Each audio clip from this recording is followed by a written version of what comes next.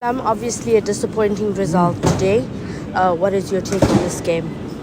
Yeah, it's so frustrating. We started really well, scored a good try, and we looked to. Our discipline wasn't good enough, and we had to defend for long periods in our own 22. And they came away with a try, and then we got a line break, and we probably a poor decision allowed them to get an intercept and score in the post, and then we had a soft try before half time, and straight away you're 19-5 down and chasing the game in the second half plus a yellow card.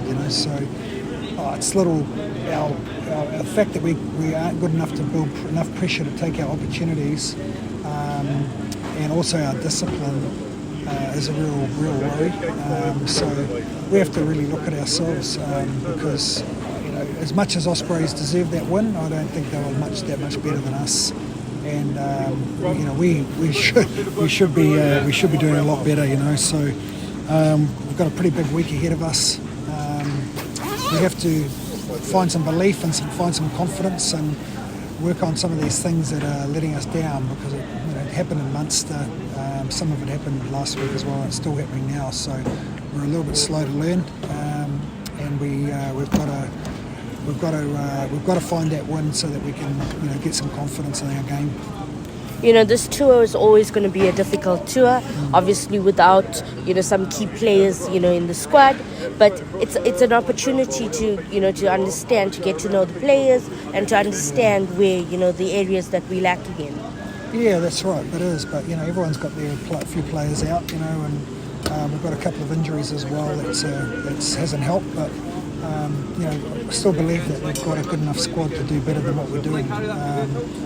I've called for some patience, and it's going to take time to build our game. But some of the stuff that we can control, we're not controlling, and that's mainly around some of the discipline, decision making around us being able to take some of the opportunities that we create. That we just can't. We're just not good enough to be clinical enough to nail those opportunities.